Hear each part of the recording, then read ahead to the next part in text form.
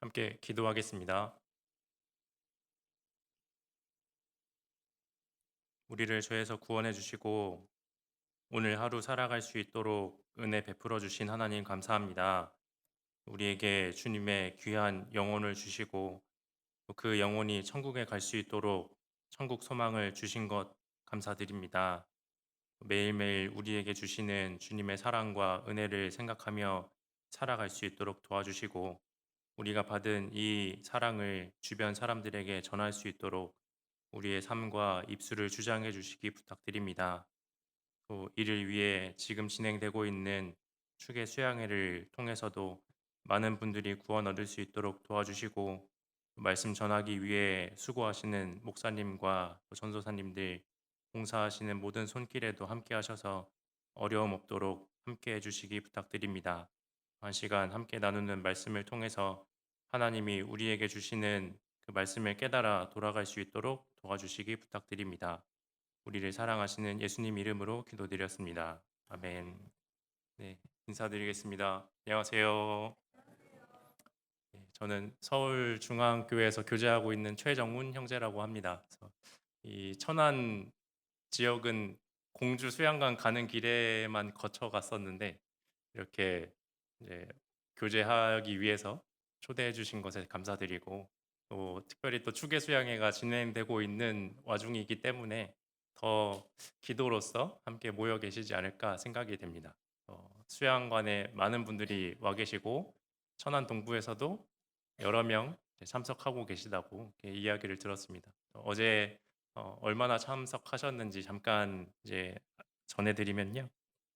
어제 저녁 10시 기준으로 하면 이제 등록 인원이 6,662명이고 봉사자 포함하면 7,862명이라고 합니다.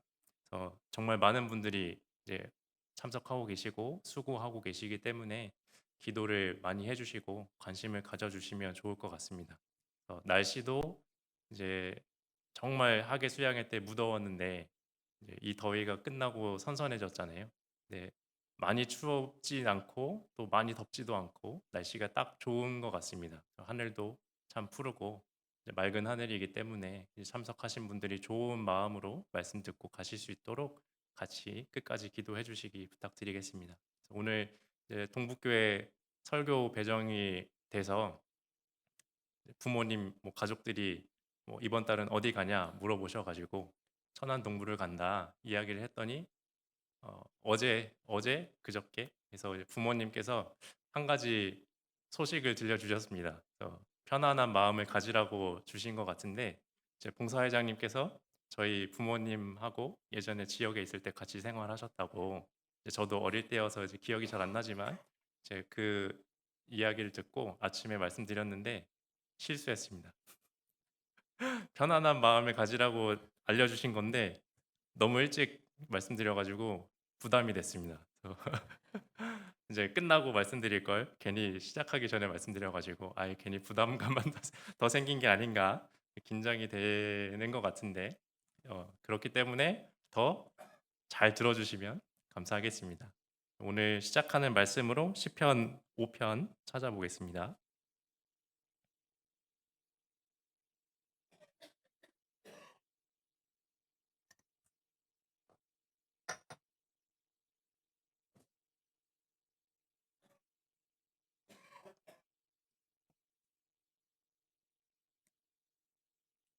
네, 시편 5편 11절 12절입니다.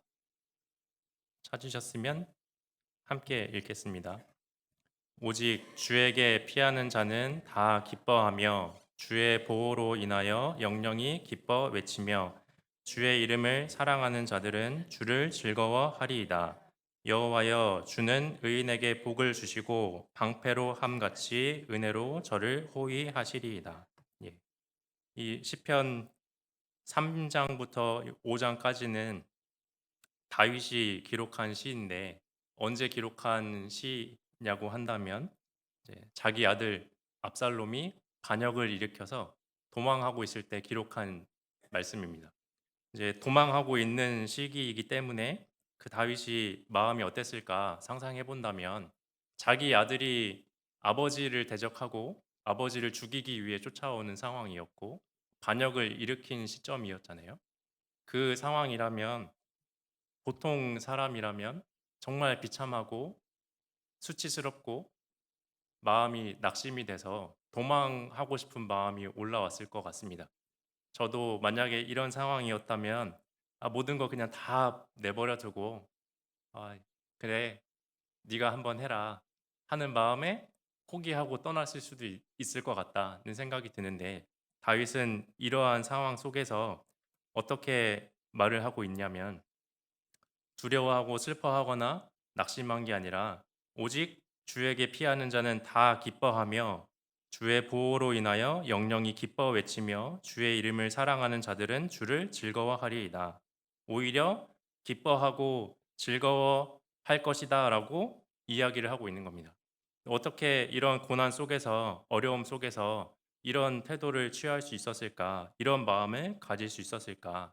그 이유, 그 비결이라고 한다면 방금 읽으신 것처럼 다윗은 오직 주에게 피하는 자였기 때문에 가능했던 일일 겁니다. 그래서 오늘은 이 말씀을 통해서 우리가 내 삶 속에 다가오는 어려움이 왜 다가오는 건지 또 그 어려움을 바라보는 입장에서 고난을 맞이하는 사람으로서 어떻게 그것을 받아들여야 하는지 한번 생각해 보도록 하겠습니다. 네. 오직 주에게 피하는 자라고 했는데 주에게 피하는 자라고 한다면 어떤 사람이냐면 하나님만이 나의 주인이시다. 하나님만이 내 구원이 되시는 분이다라는 걸 믿는 사람을 말하는 겁니다. 다시 말하면 구원받은 성도들을 이야기하는 거겠죠. 주에게 피하는 자는 하나님을 믿고 있는 하나님이 날 구원해 주셨다는 걸 믿고 있는 성도가 주에게 피하는 자일 겁니다. 주에게 피하는 자가 오직 얻을 수 있는 것이 있는데 그것이 무엇이냐면 11절 12절 뒤에 있는 것처럼 방패로 함같이 은혜로 저를 호위하시리이다. 하나님만이 내 주인이고 하나님만이 내 구원이다라는 걸 믿고 있는 사람에게는 하나님이 은혜로서 방패되어 주신다라는 겁니다. 하나님이 나를 지키고 계신다, 방패되어 주신다는 거잖아요. 방패되어 주신다는 건 어떤 어려움 속에서 나를 지켜주시고 보호하신다는 것을 이야기하는 겁니다. 근데 이런 의미를 우리가 늘 생각해 왔고 말씀 속에서도 많이 들어왔습니다. 평소 생활 속에서도 내 마음 속에 이런 믿음이 있기 때문에 뭔가 힘든 일이 있다면 하나님이 나를 지켜주실 거야 라는 마음을 가지고 살고 계시잖아요. 근데 그런 의미를 계속 되뇌이다 보면 간혹 오해를 하게 될 때가 있습니다. 어떤 오해를 하게 되는가 생각을 해봤더니 하나님이 나를 보호하고 계시는데 왜 이런 어려움이 있는 걸까? 라는 잘못된 의문, 오해가 생기지 않나 생각이 들었습니다. 이런 아픔이 있는 걸 보면 하나님이 날 과연 보호하고 계시는 게 맞는 걸까 하는 오해가 생기고 있다면 그 이유는 하나님이 나를 보호하고 계시지 않기 때문이 아니고 내가 하나님에 대한 지식이 부족하기 때문일 겁니다. 내가 하나님에 대해 잘 모르고 있기 때문에 하나님이 나를 어떻게 인도하시는지 그 지혜가 부족하기 때문에 지금 내 앞에 있는 상황을 볼 때 하나님이 나를 보호하고 계시는데 왜 이런 일이 있는 걸까라는 질문을 던지게 되는 거죠. 이런 의문을 품었던 사람이 성경 속에도 있었습니다.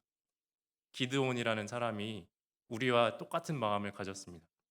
기드온이 그 이스라엘 민족들을 약탈하고 압제하는 미디안 사람들의 괴롭힘을 당하고 있을 때 하나님이 찾아오셔서 큰 용사여 여호와께서 너와 함께 계시도다 했을 때 한 말이 무엇이었냐면 기드온이 그에게 대답하되 주여 여호와께서 우리와 함께 하시면 어찌 이런 일이 우리에게 미쳤나이까라고 되물었습니다. 이 말은 뭐냐면 하나님 우리와 함께 계시다면 왜 이런 어려움이 있는 겁니까? 라고 따져 묻고 있는 거잖아요.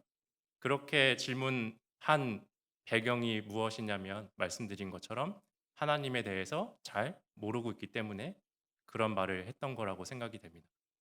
기드온뿐만이 아니고 우리도 똑같이 그런 의문을 품고 살아올 때가 있잖아요. 왜 이런 일이 있는 건가요? 하나님이 함께 하시면 어떻게 이런 일이 있을 수 있습니까? 라는 이런 말을 나도 여러 번 입으로 올리거나 마음속에 품고 살아왔습니다.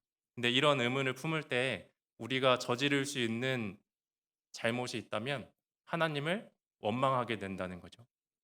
내가 하나님을 잘 모르고 있기 때문에 이 일을 하나님이 왜 주셨는지 모르고 있기 때문에 하나님에 대해 원망하게 된다는 것을 우리가 조심해야 될 겁니다. 내가 지금 당한 것은 하나님이 무언가 잘못하신 게 아니고 어떤 이유가 있어서 주신 건데 내가 그걸 모르기 때문에 답답한 거잖아요. 기도원도 마찬가지로 그걸 모르기 때문에 하나님이 찾아오셨을 때 그런 질문을 한 겁니다. 이스라엘 백성들 자기가 지금 당하고 있는 그 어려움이 왜 생긴 건지 몰랐기 때문에 하나님께 왜 이런 어려움이 있는 겁니까? 라고 되물었지만 사실 그건 하나님이 이스라엘 백성들과 함께하지 않아서 생긴 어려움이 아니라 오히려 이스라엘 백성들이 하나님을 떠나서 하나님과 함께하지 않았기 때문에 징계를 받은 거였는데 그걸 모르고 있었던 겁니다.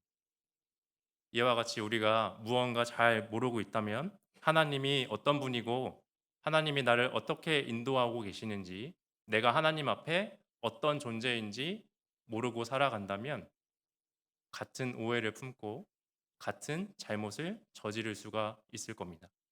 그래서 오늘은 하나님이 나에게 주시는 많은 일 가운데 이런 어려움이라는 것이 왜 다가오는지 한번 생각해 보고자 합니다. 그 이유를 안다면 하나님께 더 나아가고 잘못된 마음을 품지 않으려고 노력할 수 있을 것 같습니다. 우리가 하나님이 나를 보호하고 계신다라는 이 말씀으로 인해서 세상 많은 사람들이 가지고 있는 오해가 있습니다. 하나님에 대한 오해. 어떤 오해라고 한다면 흔히 길거리를 돌아다니면서 이 성경, 기독교를 전하는 사람들이 많이 외치는 말이 하나님을 믿으면 만사 형통한다. 예수 믿으면 아무런 어려움이 없다라고 외치고 있잖아요. 하나님을 믿으면 항상 행복합니다. 하나님을 믿으면 아무런 어려움이 없습니다라고 이야기하며 이 기독교라는 종교를 전하고 있습니다. 근데 그게 사실이라면 성경에 기록되어 있는 많은 사람들에게 찾아왔던 고난은 그 사람들이 하나님을 의지하지 않았기 때문에 당한 어려움이라고 해야 되잖아요. 하나님 믿으면 아무런 어려움이 없습니다라고 한다면 성경에 나와 있는 이 많은 믿음의 조상들이 당한 어려움은 하나님이 보호하지 않았기 때문에 당했다라고 이야기를 해야 될 거예요. 근데 그건 잘못된 말이지 않습니까?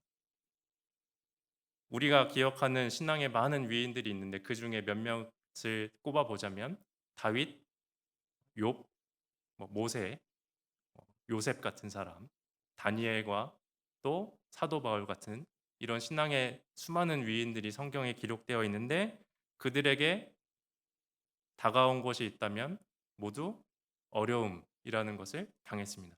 한 사람도 빠짐없이 그 사람들은 모두 하나님을 믿었던 사람이고 하나님을 의지하고 하나님의 말씀을 전하기 위해서 자기 믿음을 지키기 위해서 그 신앙을 지켜왔던 사람들인데 그 사람들에게 하나님께서 분명히 내가 너와 함께 하겠다 약속을 주셨음에도 어려움을 당했습니다.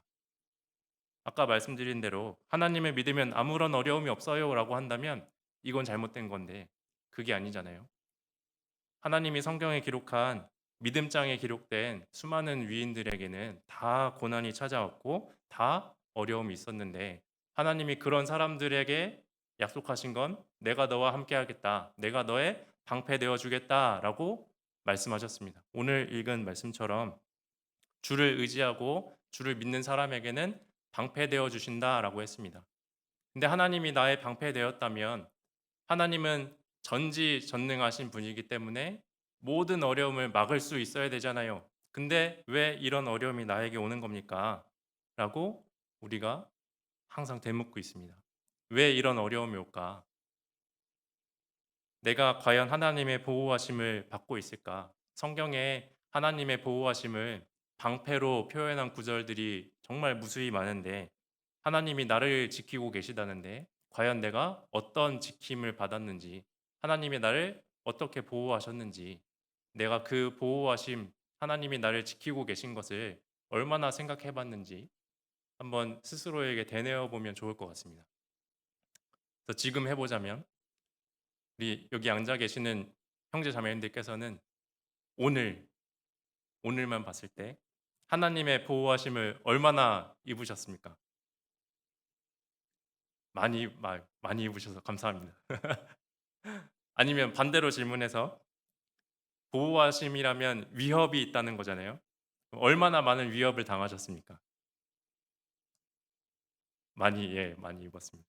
우리가 정말 많은 위협을 당하고 있습니다. 내가 살아오는 이 삶 가운데 내가 알지 못하는 수많은 위협의 화살들이 나를 지나다니고 있을 겁니다. 내 머리 위로, 내 등 뒤에서 날아오는 수많은 위협의 화살들이 날아오는데 내 신앙을 흔들고자 하는 위협일 수도 있지만 내 건강과 내 삶을 위협하는 것들도 나를 위협하는 화살이잖아요. 몇 가지 간단하게 예를 들어보자면 제가 오늘 공주 수양관에서 차를 타고 여기로 왔습니다. 차를 타고 오는 동안 수많은 위협이 있었을 거잖아요. 옆에 있는 차가 위협 운전을 했을 수도 있고 신호가 뭔가 잘못돼서 사고가 났을 수도 있고 차가 공주 수양관에서 나오다가 잘못됐을 수도 있고 피곤해서 졸았을 수도 있고요. 여러 가지 위협이 있었을 텐데 안전하게 이곳에 도착하도록 지켜주셨습니다. 이거는 결코 가볍게 여기면 안 되는 거잖아요. 내 힘으로 할 수 있는 게 아니고 하나님이 나를 지켜주셔야만 할 수 있는 겁니다.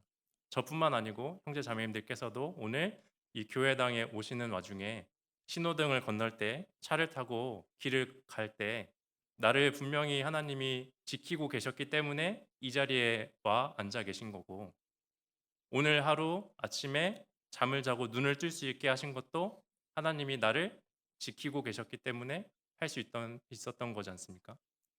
내 힘으로 눈을 뜨고 내 힘으로 일어나는 게 아니고 하나님이 나를 지키고 계시고 하나님이 내 눈을 띄워 주셨기 때문에 내가 오늘 하루 다시 일어나서 이 자리에 나와 있을 수 있는 겁니다. 나를 위협하는 그 수많은 화살들 속에서 하나님이 나를 분명히 보호하고 계십니다. 그래서 우리는 보통 내가 평안한 중에 거하거나 안전한 삶을 살아갈 때 또는 내가 계획한 것이 순조롭게 잘 진행이 될 때 전도하고 있을 때 상대방이 말씀을 잘 듣거나 봉사하고 있을 때 큰 어려움 없이 된다고 한다면 아, 하나님이 나를 보호하시구나. 하나님이 나를 도와주고 계시는구나라고 생각을 합니다. 그런데 우리에게는 항상 평안함만이 있는 것이 아니라 어려움도 다가오지 않습니까? 나에게 다가오는 이 어려움도 분명히 하나님의 보호하심 속에 있는 어려움일 겁니다.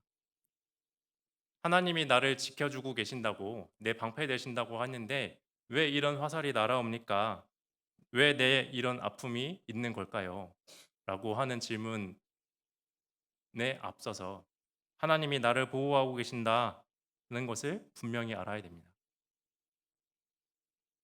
내가 이 일이 왜 일어났는지 알고자 하는 마음, 하나님의 뜻이 무엇인지 알고 싶습니다. 이 고난이 왜 일어났는지, 어떤 교훈을 주시는지 알고 싶습니다. 라는 그 마음을 품고 항상 질문을 던지고 그 이유를 찾고자 매일매일 고민하다가 자칫 잘못하면 하나님을 원망하는 결과로 빠져갈 수가 있습니다.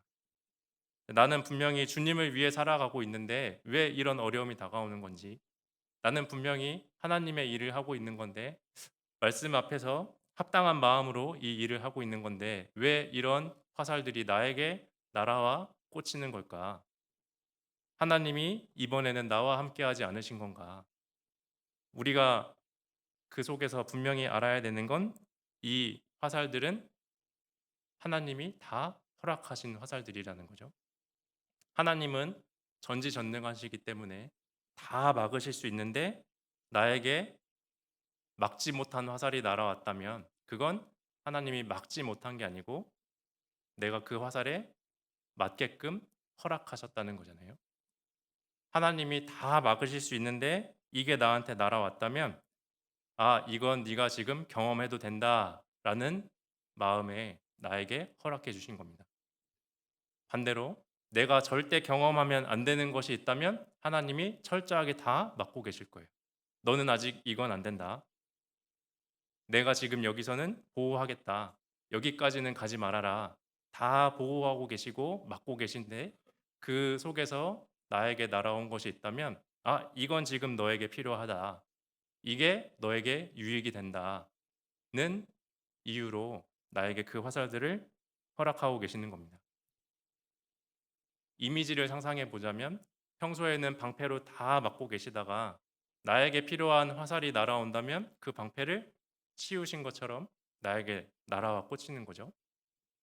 평소에는 아무런 어려움 없도록 다 막아 주셨는데 지금 어려움이 생겼다면 그건 하나님이 갑자기 나와 함께 하지 않은 게 아니고 이게 나한테 필요한 거기 때문에 허락해 주신 겁니다. 방패를 통과해서 나에게 날아와 꽂혀진 화살일 겁니다. 내가 만약에 나를 보호하는 이 하나님의 방패를 내가 쥐고 나를 지켜야 한다면 어디를 많이 지킬까? 분명히 내가 가장 마음 들이고 있거나 내가 가장 아파하는 것을 지키려고 노력할 겁니다. 나를 지키는 이 하나님의 방패를 만약에 내가 쥐고 움직일 수 있다면 내 건강이 됐든지 가족이 됐든지 물질이 됐든지 뭐 인간 관계가 됐든지 어떠한 것 중에 내가 정말 중요하게 여기고 아, 이것이 사라지면 너무 아플 것 같아요 하는 것을 지키려고 내가 그것을 가리고자 무단히 애를 쓸 겁니다. 하나님이 이건 안 돼요 하고 이건 절대 안 됩니다. 이것만은 지켜주세요. 아, 여긴 안 돼요 라고 내가 막 선을 긋고자 노력할 거고 지키려고 애를 쓰겠죠. 근데 나를 보호하는 이 방패는 내가 아니고 하나님이 들고 계시는 거고 하나님이 그 방패를 지도하고 계시는 겁니다. 그래서 내 의도와 상관없이 내가 맞고 싶지 않은 곳에 화살이 날아와 꽂혀질 수가 있는 거죠. 내가 의도하고 내가 막을 수 있다면 그것들을 막을 수 있겠지만 하나님이 이 방패를 쥐고 계시기 때문에 하나님이 나를 보호하고 계신 것이기 때문에 나에게 필요한 것이 있다면 내가 그걸 싫어하더라도 하나님은 그걸 허락하실 겁니다. 나는 너무 싫은데 하나님은 아니야, 넌 지금 이게 필요해 하고 나에게 이 화살을 날려보내시는 겁니다. 내가 그 화살을 맞았을 때, 이 어려움을 겪었을 때 가져야 하는 마음이 있다면 다윗이 말한 것처럼 나는 오직 주께 피하겠다라는 마음을 가져야 될 겁니다. 오직 주에게 피하는 자에게 기쁨이 있고 즐거움이 있다고 했기 때문에 또 나의 방패 되신 분이 하나님이고 나에게 이 방패를 통과하고 날아오는 어려움을 허락하신 분도 하나님이시기 때문에 나는 하나님만 의지해야 됩니다. 이 어려움이 날아온 이유를 하나님이 알고 계시고 그 어려움 속에서 나를 보호하실 수 있는 분이 하나님이기 때문에 나는 오직 주에게 피해야 되는 사람입니다. 하나님께만 의지하고 하나님께만 피해왔을 때 내가 도우심을 얻고 구원을 얻을 수 있잖아요. 나는 그걸 믿고 있는 사람이기 때문에 오직 주께만 피하는 사람이 되어야 됩니다. 우리에게 이렇게 뜻하지 않은 어려움, 내가 하나님 앞에 바르게 살고 있는데도 날아오는 어려움의 화살들을 한 단어로 표현하자면 고난이라고 할 수 있을 겁니다. 나에게 다가온 이 고난은 하나님이 허락하신 화살이라는 겁니다. 왜 나에게 이런 고난을 주셨을까? 하나님은 이런 분이시기 때문에 그래요. 나는 빛도 짓고 어두움도 창조하며 나는 평안도 짓고 환란도 창조하나니 하나님은 정말 밝은 빛을 창조하신 분이기도 하지만 어두움도 창조하신 분이고 이처럼 평안함도 주시지만 환란도 주시는 분이라는 걸 우리가 분명히 알아야 됩니다. 하나님이 나에게 늘 옳은 길, 평탄한 길만 주시는 게 아니라 굽은 길도 주시는 분이구나. 나에게 어려움도 주시는 분이구나라는 걸 내가 알고 있을 때 하나님이 그런 일을 하시는 분이라는 것을 인정할 때 나는 신앙을 가진 사람이기 때문에 내 삶은 항상 평안할 거야라는 오해를 안 할 수가 있을 거예요. 오해라고 했습니다. 평안함만 있다고 한다는 마음은 하나님을 잘 모르기 때문이고 그로 인해 생긴 오해입니다.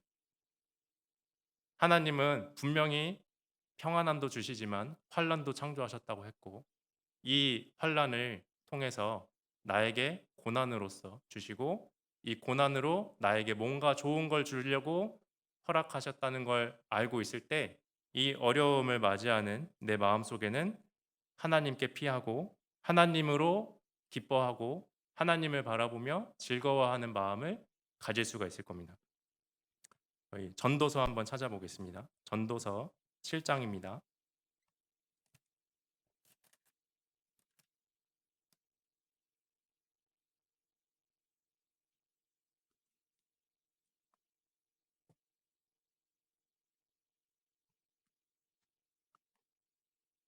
전도서 7장 13절, 14절입니다.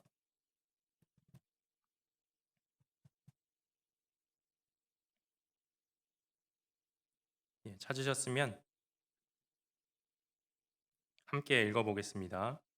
하나님의 행하시는 일을 보라. 하나님이 굳게 하신 것을 누가 능히 곧게 하겠느냐. 형통한 날에는 기뻐하고 곤고한 날에는 생각하라. 하나님이 이 두 가지를 병행하게 하사 사람으로 그 장래 일을 능히 헤아려 알지 못하게 하셨느니라. 하나님은 우리 인생 중에 굽은 것을 주신다고 하셨습니다. 하나님이 굽은 것을 주시면 어떤 사람도 그걸 올바르게 필 수 없다. 이 어려움을 사람의 힘으로는 해결할 수 없다는 말이잖아요. 하나님이 이 일을 주셨다면 하나님만 이유를 알고 계시고 하나님만 이 일을 해결할 수 있다. 이걸 우리가 알고 있어야 됩니다. 하나님이 이 자연 만물을 창조하셨는데 이 자연 속에도 굴곡이 있는 것들이 정말 많잖아요. 수양관에서 요 교회당으로 오는 길 속에서도 산들이 많이 보였는데 그 산들의 높이가 다 똑같은 게 아니고 봉우리가 올라가고 능선이 들이우는 이 모습들을 통해서 이 굽은 것들이 있음으로 인해서 자연 경관이 더 풍성해지고 아름다워지는 거잖아요. 만약에 산이 아파트처럼 다 똑같은 높이로 있다고 한다면 얼마나 밋밋하겠습니까? 나무가 다 똑같이 생겼다면 나무의 방향과 이파리의 모양이 다 똑같다면 얼마나 심심한 자연 경관이겠습니까?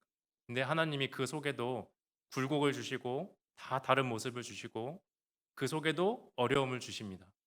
그 어려움과 굴곡을 통과하고 났을 때 우리가 바라보는 그 산의 모양이 풍경이 아름다워지는 거잖아요.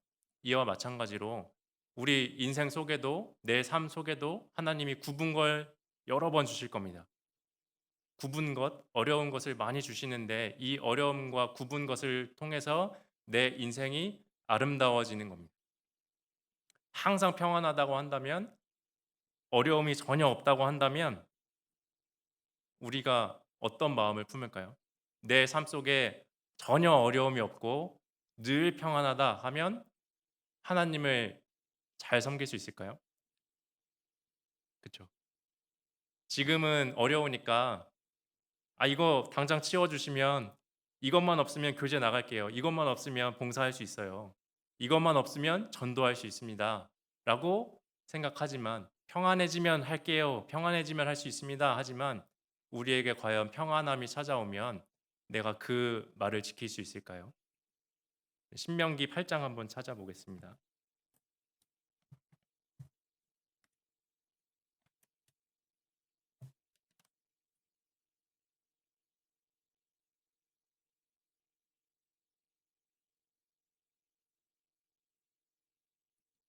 신명기 8장 12절부터 14절입니다.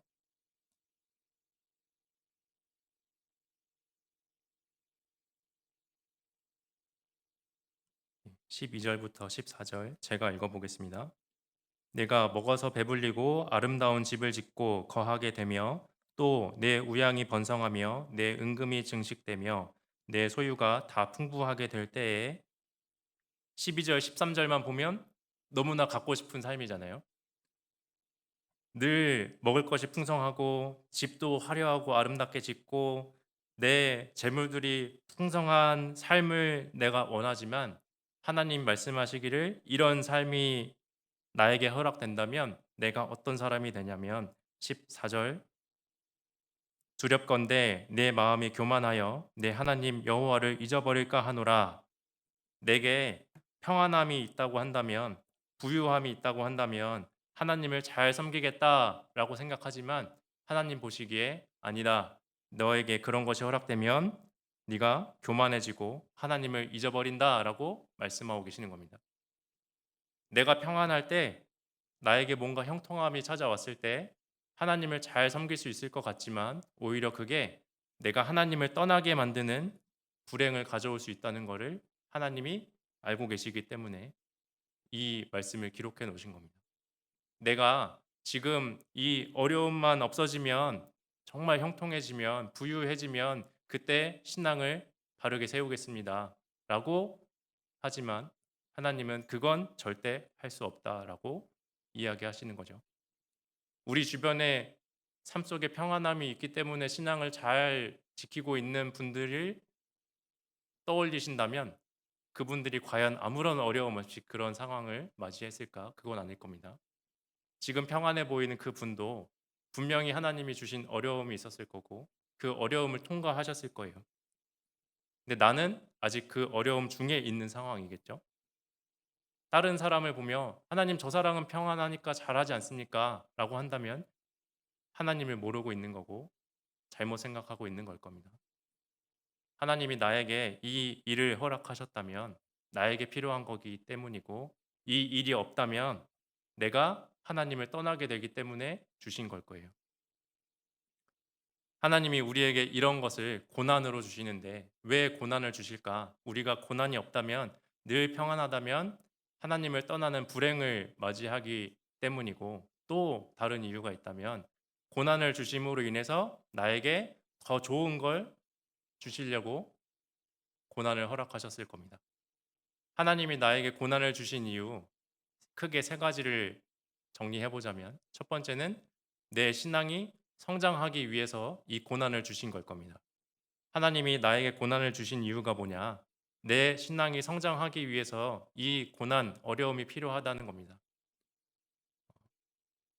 제가 이제 교회 학교 학생들과도 교제하고 있는데 이제 중고등부 학생들이기 때문에 참빛이라는 교재를 사용하고 있습니다. 그 교재 안에 여러 가지 예화가 있는데 이런 예화가 있습니다.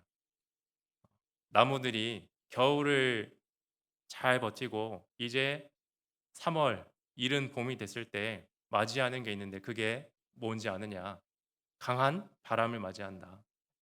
근데 우리가 보기에 겨울을 지난 이 나무가 앙상해지고 이파리가 다 떨어지고 힘이 없어 보이는데 그 앙상한 가지와 가냘픈 나무에 강한 바람이 들이우면 나무가 흔들리고 우리가 이 나무를 볼 때 쓰러지지 않을까, 부러지지 않을까 우려가 되잖아요. 근데 오히려 이 나무에게 불어오는 강한 바람이 약이 된다고 합니다. 겨울 동안 죽어 있던 움직이지 않던 나무 가지들이 그 강한 바람에 의해서 흔들리고 운동하게 돼서 뿌리로부터 올라오는 영향이 나뭇가지로 잘 전달이 되고 그 영향이 새로운 이파리, 싹이 돋아나도록 한다는 겁니다. 우리가 볼 때는 저 나무가 당하는 저 고난이 이 나무를 쓰러뜨리지 않을까 염려하지만 하나님은 이 강한 바람 또한 나무가 잘 성장하도록 다시 새로운 생명을 튀어내도록 주시는 섭리로서 보여주고 계시는 거죠. 이 모습을 본다면 우리 신앙에도 적용을 할 수가 있잖아요. 내가 지금 모진 겨울을 통과했는데 겨울을 통과하면 봄을 맞이해야 되고 뭔가 평안해져야 되는데 이 겨울을 지나니까 왜 또 이런 바람이 불어올까 한다면 이 바람이 내가 더 잘 성장하도록 돕기 위한 바람이라고 알 수 있을 것 같습니다. 하나님이 나에게 뭔가 강한 바람을 주고 계신 것 같다면 정말 아픈 화살을 쏘고 계신 것 같다면 이게 나에게 필요하기 때문에 내가 더 잘 성장하기 위해서 내가 더 풍성한 열매를 맺는 데 필요하기 때문에 주는 것이다 라는 교훈을 우리가 받아볼 수 있을 겁니다. 이런 고난이, 환란이 내 신앙에 손해가 되지 않는다는 거죠. 나무에게 부는 바람이 나무가 죽을 것 같고 부러질 것 같고 그 나무에 손해를 끼칠 것 같지만 오히려 새로운 생명을 틔워내는 것처럼 나에게 불어오는 이 고난의 바람이 내 신앙에 손해가 되는 게 아니라 내가 낙심하게 만드는 것이 아니라 오히려 나를 성장시키고 내가 더 빛난 삶을 살도록 만들어 간다는 겁니다. 우리가 존경하는 신앙의 위인들 중에 이러한 어려움으로 인해 더 밝게 빛난 사람들이 있잖아요. 다니엘과 같은 사람들. 다니엘은 자기 믿음을 지키고자 함으로 인해서 사자굴에 떨어졌습니다. 그 다니엘의 친구들도 자기 믿음을 지킴으로 인해서 풀무불에 떨어졌습니다. 또 욥이라는 사람도 하나님 앞에 정직하게 살아가고 있었는데 이유를 알지 못하는 고난을 맞이했습니다. 사람들이 언뜻 보기에는 저 사람은 신앙을 지켰기 때문에 고집을 피웠기 때문에 하나님이 뭐라고 그런 모습을 지키고 있느냐 힘든데 그냥 대충 하지 융통성이 없다라고 하는데 우리가 사람들 보기엔 신앙을 지켰기 때문에 고난을 받은 것 같지만 이 신앙이 오히려 다니엘을 빛나게 하고 새 친구들을 빛나게 하고 욥이 하나님에 대해 더 깊이 깨닫게 된 결과를 맞이한 것처럼 나에게 다가오는 이 고난이 나에게 더 유익이 되고 나를 더 빛나게 하고 하나님을 더 깨달아가게 한다는 걸 알고 있어야 될 것 같습니다. 하나님이 나에게 이런 어려움을 주시는 건 내가 아플 때나 슬플 때나 기쁠 때나 가난할 때나 부유할 때나 하나님만 섬기는 사람이 되기를 원하시기 때문입니다. 뭔가 결혼식의 한 대목 같죠? 신랑 누구누구는 아플 때나 슬플 때나 괴로울 때나 즐거울 때나 신부를 사랑하시겠습니까? 물어보는 것처럼 하나님도 우리에게 물어보고 계실 겁니다. 넌 지금 아플 때나 슬플 때나 가난할 때나 부유할 때나 나를 사랑하겠느냐? 그걸 보기 위해 나에게 이런 어려움을 주시는 거겠죠. 그거 진짜 사실이냐? 내 신앙의 진정성을 확인하시고자 이런 어려움을 주실 겁니다. 결혼식 할 때는 네 대답해 놓고 가난해지면 사랑하지 않고 부유할 때만 사랑한다거나 아프면 버린다면 거짓말이잖아요. 나도 가난하고 아플 때조차 하나님을 사랑한다면 그게 내 신앙의 진정성을 담은 모습일 겁니다. 그걸 보기 위해 하나님이 나에게 이런 어려움을 허락하시고 이 어려움을 통과했을 때 내 신앙이 진정으로 빛나고 신앙이 성장하는 결과를 맞이할 겁니다. 또 하나님이 나에게 이러한 고난을 주시는 이유가 뭘까? 영광을 주시기 위해서 나에게 고난을 주실 겁니다. 나에게 이런 어려움을 주신 이유가 무엇인지 고린도후서 4장입니다. 고린도후서 4장 17절, 18절입니다.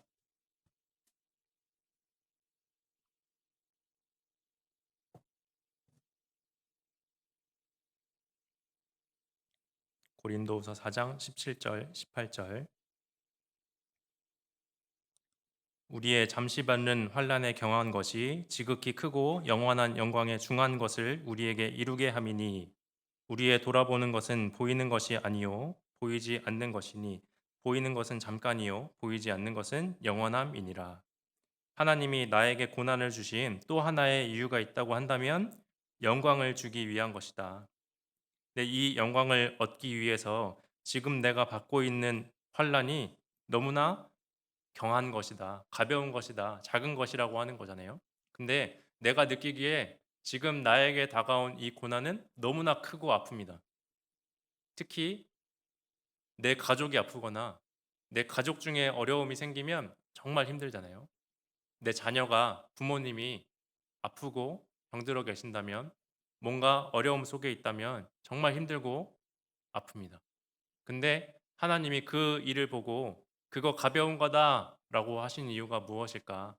하나님이 우리 보고 에이 네 신앙 그거밖에 안 되냐라고 하는 게 아니라 그거 가지고 뭘 그렇게 엄살 피우냐라고 하시는 게 아니고 내가 지금 받는 건 너무나 힘들고 아픈데 이것보다 더 큰 위로와 영광, 축복을 주실 수 있는 분이기 때문에 그거 잠깐 참아라 하시는 거잖아요. 내가 젊을 때는 할 수 있었지만 점점 나이가 들수록 못하는 것도 있을 거고 내 몸이 점점 안 좋아지는 것도 있을 거고 가족들 중에 어려움 속에 빠져가는 사람들 볼 때 이거 정말 힘들고 아프지만 하나님을 바라보는 사람, 오직 주에게 피하는 사람이라고 한다면 이 뒤에 있는 영광을 바라볼 수 있는 눈이 있어야 되지 않습니까? 하나님, 지금 이거 너무 힘든데 하나님이 분명히 성경에 기록하신 것처럼 이거 가볍다고 하셨잖아요. 이거 지나면 나에게 더 큰 상을 준다고 하셨잖아요. 그 약속 믿고 있습니다. 라고 이 시절을 지내야 될 겁니다. 하나님이 나에게 뭔가 많은 고난을 주고 계신다면 더 많은 상급을, 더 많은 큰 영광을 주기 위해서 주신 고난이라고 생각했을 때 이 고난을 우리가 기뻐함으로, 감사함으로 받을 수가 있을 겁니다. 내가 정말 하나님을 증거하고 이 신앙을 지키기 위해 당하고 있는 고난이라면 하나님이 분명히 약속하신 것처럼 의를 위하여 핍박받는 자는 복이 있다고 하셨습니다. 내가 하나님을 증거하고자 이 신앙을 지키고자 의를 행하고자 함으로 인해 받는 고난이라면 이것으로 인해서 정말 큰 복을 주시는 분이 하나님이잖아요. 그걸 우리가 바라보고 살아가는 겁니다. 그 사람이 구원받은 사람이고 그 사람이 그리스도인인 겁니다. 하나님의 의를 전하고 핍박받는 사람은 반드시 칭찬해 주시고 복을 주시는 분이 하나님이니까 우리는 이 고난을 만났을 때 슬퍼하고 넘어지는 게 아니고 오히려 기뻐하고 즐거워하고 하나님이 주실 상을 바라보고 기대하는 마음으로 살아갈 수가 있을 겁니다.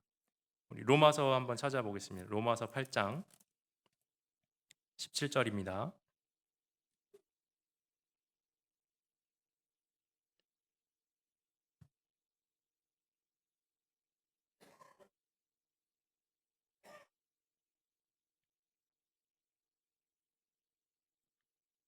8장 17절.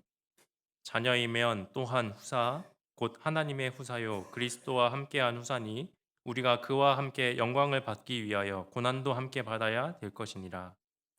하나님은 구원받은 그리스도인을 군사로 모집하신 분이잖아요. 하나님이 나를 군사로 모집하셨다는 건 군사로서 행할 수 있도록 훈련하신다는 겁니다. 그 훈련의 도구가 고난이고 이 고난을 통해서 내가 좋은 군사가 되고 좋은 무기가 된다는 겁니다. 우리에게 다가온 이 고난을 잘 견뎌내면 나의 가는 길을 오직 그가 아시나니 내가 그가 나를 단련하신 후에는 내가 정금같이 나오리라. 내가 이 고난을 잘 통과하고 이 신앙을 지키고 나아간다면 내가 분명히 잘 재련된 날카로운 칼처럼 잘 훈련된 군인처럼 하나님 앞에 정말 순전한 금처럼 밝게 빛나는 사람이 될 겁니다. 또 하나님이 나에게 이 고난을 허락하신 이유가 있다면 세 번째로 하나님이 어떤 분인지 나타내려고 하신 걸 겁니다. 하나님의 영광을, 하나님의 능력을 나타내기 위해서 나에게 고난을 허락하신 겁니다. 우리 잘 알고 계신 것처럼 요한복음 11장에 나사로에 대한 이야기가 나와 있잖아요. 죽은 나사로. 예수님께서 사랑하는 제자였습니다. 근데 이 제자가 병에 걸려서 죽게 되었을 때 그 가족들이 예수님께 사람을 보내서 예수님, 우리 오빠가 병들어 죽게 됐으니까 어서 와서 치료해 주세요라고 부탁을 했습니다. 근데 예수님은 이 이야기를 듣고도 이틀을 더 기다리시고 나사로가 죽은 지 나흘 만에 도착하셨잖아요. 왜 그렇게 지체하셨을까? 왜 뒤늦게 도착하셨을까? 이 나사로가 이미 죽어서 무덤에 장사 지내고 무덤 앞에 큰 돌을 굴려서 막아놨습니다. 그리고 예수님이 도착하셨을 때 그 누이들은 이미 죽어 장사 지냈고 그 시체가 썩어서 냄새 납니다라고 이야기했잖아요. 누이들은 마르다와 마리아는 예수님을 따라다녔던 사람이고 예수님을 믿는 사람이었습니다. 근데 그 사람조차 이 나사로가 죽은 죽음 앞에서 하나님의 능력, 예수님이 보여주실 능력을 기대하지 못하고 있었습니다.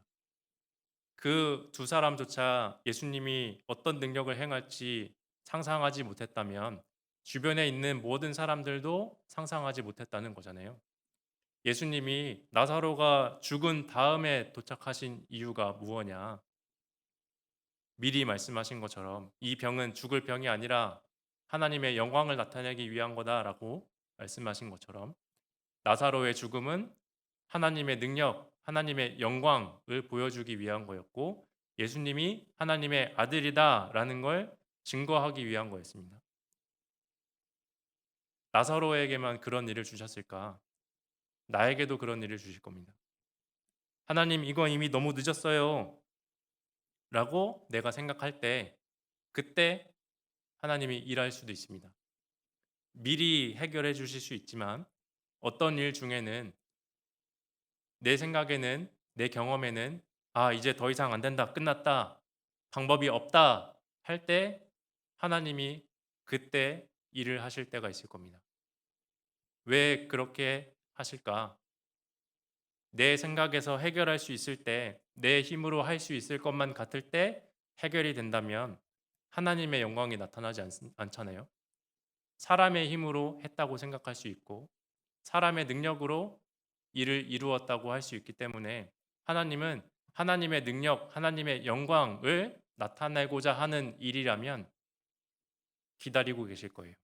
내가 더 이상 안 된다고 생각할 때까지 그게 어떤 일이든 간에 전도하는 일이든 간에 가족 중에 누가 아파서 병원에 입원해 계신다. 더 이상 구원받을 수 없을 것 같다. 이런 상황 속에 어떻게 말씀을 전하냐? 라고 할 때 하나님이 일할 수도 있고 내가 생각하는 그 방법을 뛰어넘어서 일을 하시는 분이 하나님입니다.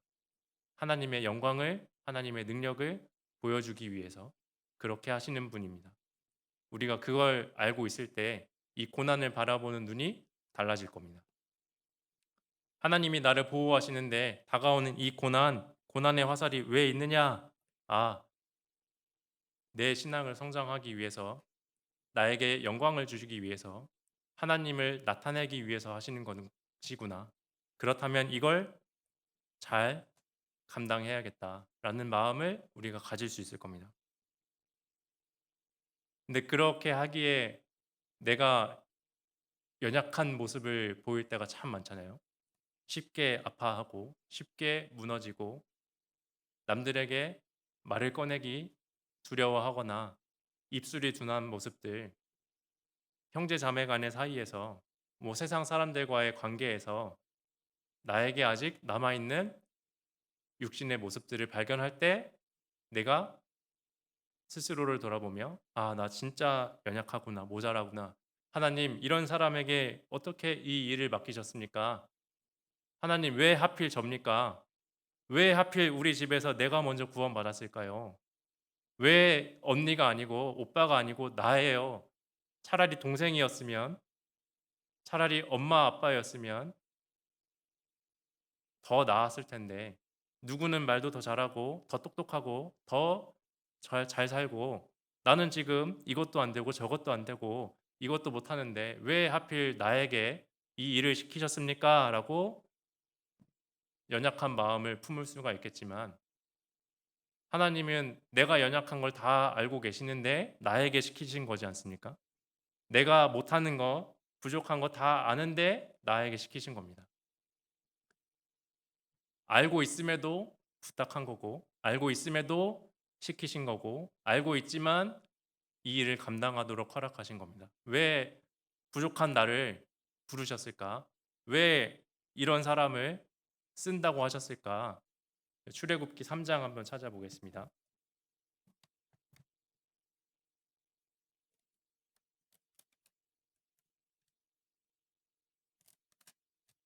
출애굽기 3장 1절부터 3절입니다.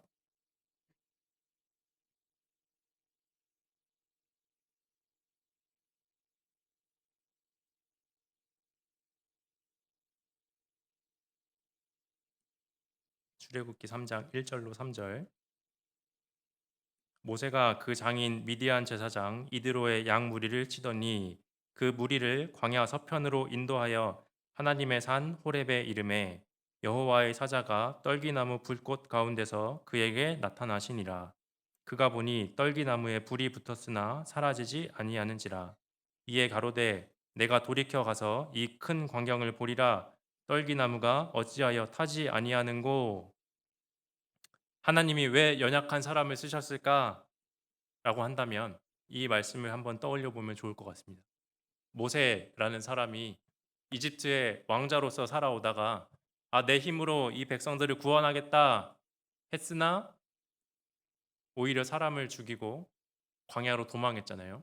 광야에서 도망자 신세로 살아가다가 떨기나무 앞에 이르렀는데 그 나무에 붙은 불이 있음에도 나무가 타지 않는 모습을 보고 이 큰 광경을 내가 보리라 이야기한 겁니다.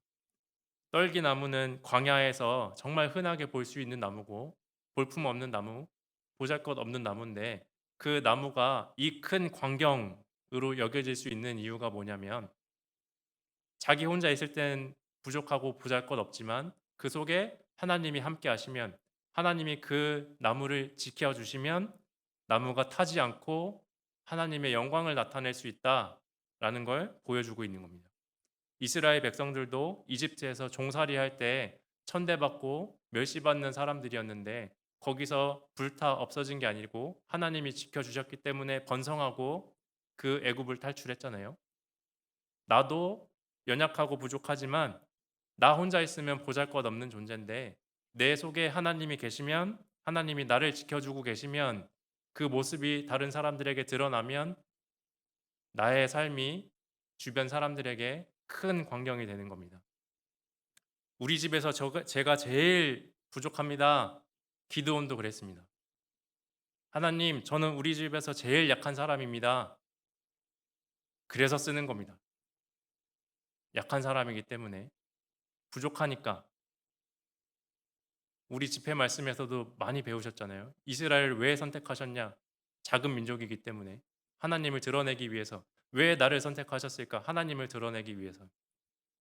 내가 부족하고 연약하고 힘들어서 제 힘으로 제 생각에 못하겠습니다. 그래, 넌 못하지. 근데 난 할 수 있다. 그래서 널 부른 거다라고 하시는 거잖아요. 이걸 우리가 알고 있다면 하나님 왜 저예요? 왜 하필이면 지금입니까? 라는 말을 안 할 수가 있을 겁니다. 내가 하나님께 부름받은 이유는 하나님이 나를 통해 그 영광을 드러내기 위한 것이구나. 그래서 이 고난을 주셨구나. 그걸 알고 있는 사람이 아까 읽었던 시작할 때 찾았던 말씀처럼 오직 주에게 피하고 주님으로 인해서 기뻐할 수가 있을 겁니다. 오직 주에게 피하는 자는 다 기뻐하며 주의 보호로 인하여 영영이 기뻐 외치며 주의 이름을 사랑하는 자들은 주를 즐거워하리이다. 하나님, 지금 나에게 이런 어려움이 있으나 하나님이 나를 단련하시기 위해서 더 큰 걸, 좋은 걸 주기 위해서 주셨다는 거 압니다. 결국에 회복시켜 주시고 승리하게 하실 거 알고 있기 때문에 그걸 생각하고 제가 기뻐합니다. 그러니까 내가 주님을 사랑합니다. 주의 이름을 사랑하는 자라고 한다면 주의 이름을 사랑하는 자가 누구냐? 주의 이름, 하나님의 이름을 말하는 거잖아요. 주의 이름, 하나님의 이름을 사랑하는 자는 하나님 그 자체를 사랑하는 사람을 말하는 겁니다. 주의 이름을 사랑하는 자, 다시 말하면 하나님을 사랑하는 자. 하나님을 사랑하는 자 하면 떠오르는 말씀 구절이 있죠. 우리가 알거니와 하나님을 사랑하는 자, 곧 그 뜻대로 부르심을 입은 자들에게는 모든 것이 합력하여 선을 이루느니라. 하나님을 사랑하는 사람, 하나님의 이름을 바라보는 사람은 하나님이 그 사람에게 다가오는 모든 걸 다 총동원해서 선한 결과를 이루게 하신다라는 약속을 우리에게 주셨습니다. 그래서 우리가 기뻐할 수 있는 겁니다.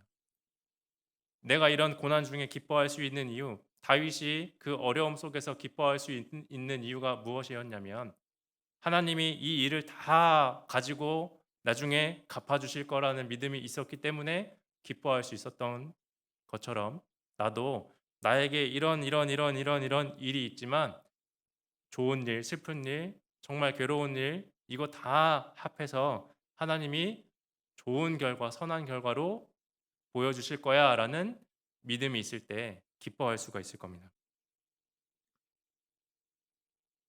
이 일을 맞이한 사람, 한 사람 떠올려 본다면 요셉이라는 사람이 있잖아요. 요셉은 자기 형들에게 팔려가서 애굽에 종살이를 했습니다. 청소년 시기에 팔려가서 성인이 돼가지고 드디어 애굽의 총리가 됐습니다. 애굽의 총리가 돼서 자기 가족들이 자기 앞에 나아왔을 때 이제 드디어 깨달았습니다. 하나님이 선으로 갚아주셨다. 나에게 있는 이 고난이 형들이 나를 미워해서 생긴 게 아니고 하나님이 이 선한 결과를 보여주기 위해 나를 먼저 이곳에 보내신 거를 내가 깨달았습니다. 했잖아요. 그것처럼 나도 하나님이 이 상황을 주신 이유가 결국에 선한 결과를 주기 위한 것이라는 믿음이 있다면 기뻐하고 잠잠히 기다릴 수가 있을 거고, 그 일을 맞이했을 때 내가 오직 주로 인해서 즐거워한다라고 고백할 수 있을 겁니다. 고난이 지나면 선으로 갚아주신다. 이 일이 지나면 회복시키신다. 이것이 지나가면 내가 성장한다. 이것이 지나면 하나님이 영광스럽게 드높여 주신다. 라는 것을 내 마음속에 분명히 세우고 살아가야 될 겁니다. 그래서 우리가 할 수 있는 것이 항상 기뻐하는 일입니다. 내게 있는 모든 일을 가지고 하나님이 선으로 갚아주신다는 걸 믿고 있기 때문에 항상 기뻐할 수 있는 겁니다. 항상 기뻐하라, 쉬지 말고 기도하라, 범사에 감사하라고 하신 그 말씀을 내가 어떻게 지킬 수 있느냐? 평소엔 지킬 수 없겠죠. 하나님이 나를 보호하고 계시고 이걸 선으로 갚아주신다는 걸 믿지 않는다면, 근데 이걸 내가 믿고 있다면, 이걸 내가 바라보고 살아가고 있다면 기뻐할 수 있을 겁니다. 하나님이 이 일을 통해서 선으로 갚아주신다는 것을 믿고 있는 사람이 항상 기뻐할 수 있고 쉬지 않고 기도할 수 있을 겁니다. 하나님, 이거 지나면 선으로 갚아주신다고 하셨지 않습니까? 그러니까 지금 내가 이거 감당할 수 있게 도와주세요 라고 기도할 수 있는 겁니다. 기뻐할 수 있으니 기도하는 사람이 될 수 있고, 쉬지 않고 기도할 수 있으니까 범사에 감사할 수 있는 겁니다. 항상 기도하는 사람에게는 하나님의 도우심이 보일 거잖아요. 하나님, 저를 이렇게 도와주고 계시군요. 감사합니다. 내가 주님의 도우심을 바라보고 있기 때문에, 주님의 인도하심을 믿고 있기 때문에 기뻐하고 기도하고 감사하는 삶을 살아갈 수가 있는 겁니다. 이런 신앙을 가진 사람이 고난을 맞이할 때 보이는 모습이 있습니다. 어떤 모습이냐면 담대한 모습입니다. 감사하고 기뻐하고 기도하는 사람이기 때문에, 하나님이 나를 지키고 계시다는 걸 믿고 있기 때문에, 결국에 이게 끝난다는 걸 알고 있기 때문에 담대한 사람이 될 수 있는 겁니다. 고난을 맞이할 때 담대해질 수가 있습니다. 하나님이 나를 지키고 계신다는 걸 모른다면, 이것이 선으로 갚아주신다는 걸 믿지 않는다면 고난이 다가올 때 두려워하겠죠. 이게 날 죽일 것 같고 내 신앙이 무너질 것 같고 끝날 것 같기 때문에 두려워하는데, 이거 곧 끝난다, 하나님이 갚아주신다라는 믿음이 있는 사람은 고난을 맞이할 때 담대할 수 있을 겁니다. 왜 우리가 고난을 맞이할 때 담대한 마음을 품을 수 있을까? 욥이라는 사람이 고난을 당할 때 마귀가 하나님께 찾아가서, 하나님, 이 욥이라는 사람이 하나님 믿는 거는 하나님이 풍성하게 베풀어 주셔서 축복해 주셔서 지금 편하니까 잘하고 있는 겁니다. 조금 어려워지면 하나님 떠날걸요? 막 하나님께 욥을 시험하라고 찾아왔잖아요. 근데 하나님이 그 욥의 신앙을 확인시키는 그 마귀의 시험을 허락하셨는데, 어떻게 허락하셨냐면, 그래 네가 하고 싶은 대로 다 해라 한 게 아니고 여호와께서 이르시되 내가 그를 네 손에 붙이노라. 오직 그의 생명은 해하지 말지니라 하셨습니다.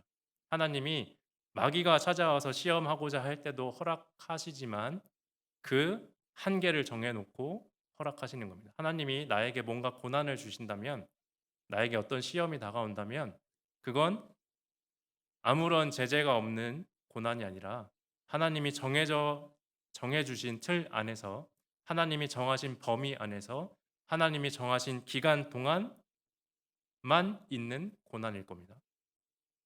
욥에게 하신 것처럼 나에게도 그렇게 지금 이 어려움을 주셨을 거예요. 이 어려움 속에서 하나님이 내가 이 일을 어떻게 감당할 수 있는지 분명히 알고 계시기 때문에, 욥의 신앙을 알고 계시기 때문에 욥에게 그런 고난을 허락하셨던 것처럼 내 신앙을 알고 계시기 때문에 나에게 지금 이 어려움을 허락하신 걸 겁니다. 하나님은 참새 한 마리도 하나님이 허락하지 않으면 떨어지지 않는다고 하셨잖아요. 참새 한 마리도 지키고 계시는데 이 전 우주가 매일매일 같은 길을 달리고 하나도 그 하늘에서 떨어지지 않게 지키고 계시는 분인데 나를 모르고 계시겠습니까? 내가 이 일을 감당할 수 있다는 걸, 내가 이 일은 못한다는 걸 모르실까요? 하나님은 나를 잘 알고 계시고 내 신앙을 알고 계시기 때문에, 내 믿음의 분량을 알고 계시기 때문에 내가 할 수 있는 만큼 나에게 주시는 겁니다. 그 말씀이 고린도전서 10장 13절이지 않습니까? 한번 찾아보시겠습니다. 고린도전서 10장,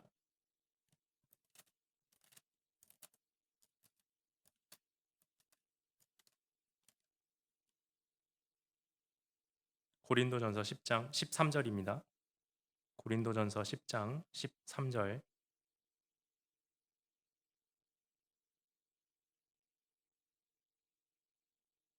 예, 함께 읽어보겠습니다.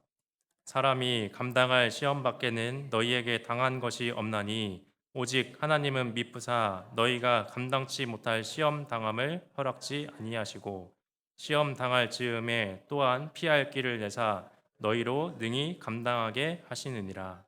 네. 하나님이 내 신앙의 상태를 다 알고 계시기 때문에 내가 감당할 수 있는 시험만 허락하시는 겁니다. 근데 내가 감당할 수 있는 시험이라고 한다면, 내가 감당할 수 있는 수준이라고 한다면 내가 아는 게 아니고 하나님이 알고 계시는 겁니다. 내 생각에 나는 이것만 할 수 있어, 그러니까 하나님이 이 정도만 주시는 거야 라는 말씀이 아니라, 하나님 입장에서 너는 지금 이만큼 할 수 있으니까 내가 이만큼 줄게 라고 하시는 겁니다.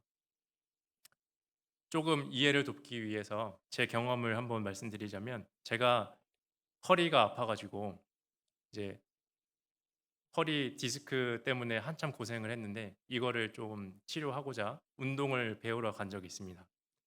처음에는 이제 몸을 쓰는 방법을 잘 모르기 때문에, 이 자세가 다 잘못되어 있기 때문에 자세를 바로잡고 몸을 움직이는 방법을 배우고 시간을 많이 썼습니다.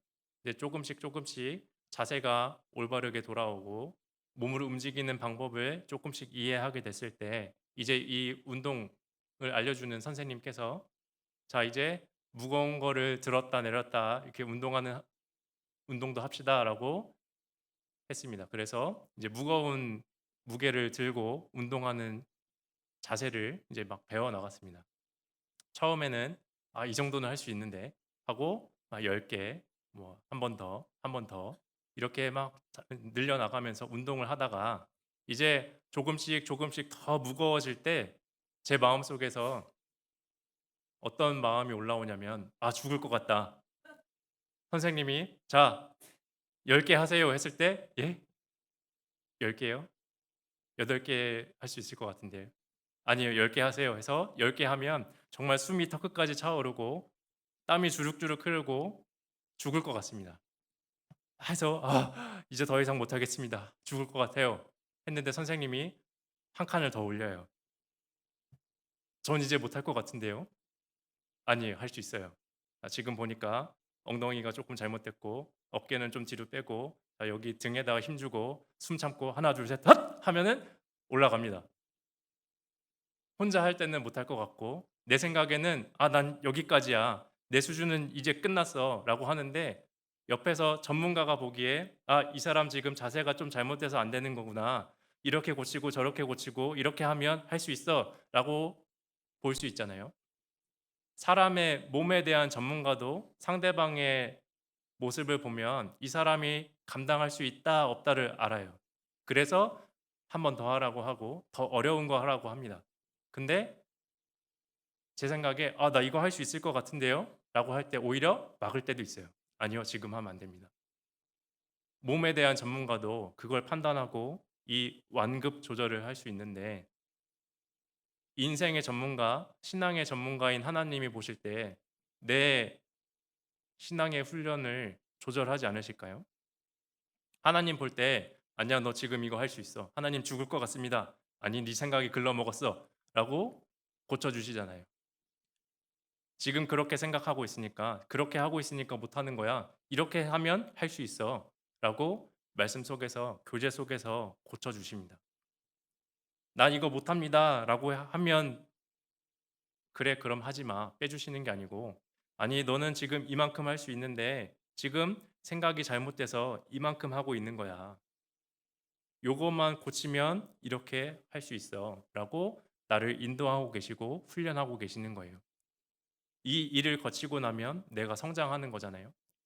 운동의 비유를 들었지만 운동도 우리가 열심히 운동하고 나면 다음날 여기저기 쑤시고 아픕니다. 근육이 막 찢어질 것 같고. 근데 진짜 근육이 찢어지는 거라고 합니다. 운동하면 근육이 조금 찢어지는데 잘 쉬고 잘 먹으면 그 찢어진 데가 성장해서 근육도 커지고 힘도 생긴대요.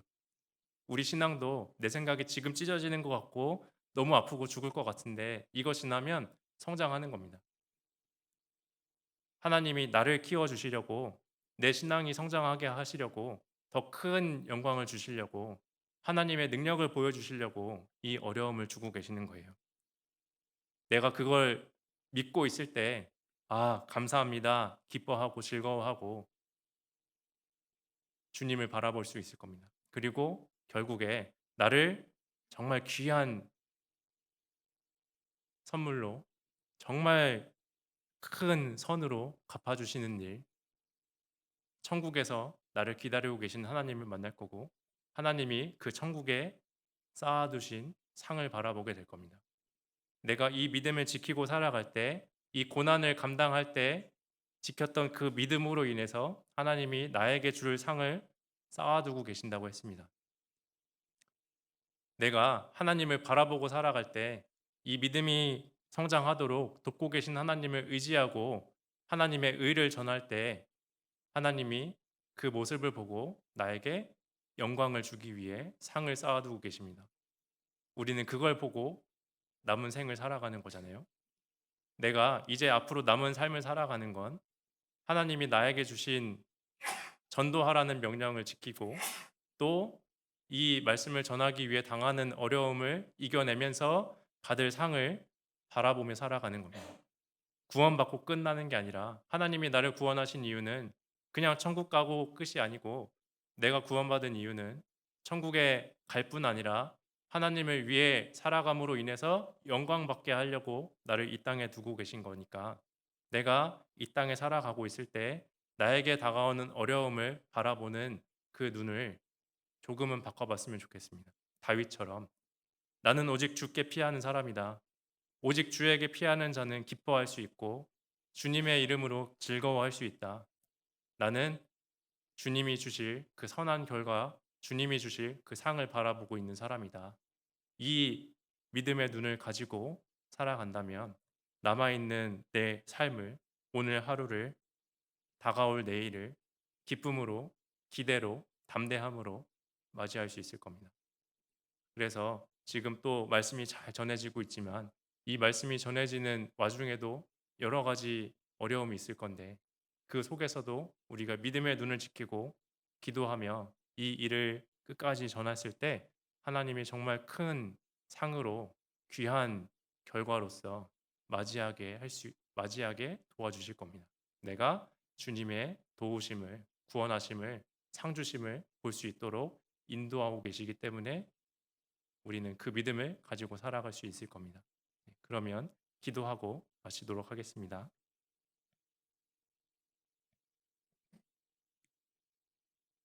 우리를 구원하시고 주님을 위해 살아가도록 허락해 주신 하나님 감사합니다. 우리에게 여러 가지 어려움을 주시지만 그 어려움이 하나님이 우리에게 좋은 것을 주기 위한 것이라는 걸 오늘 생각해 보았습니다.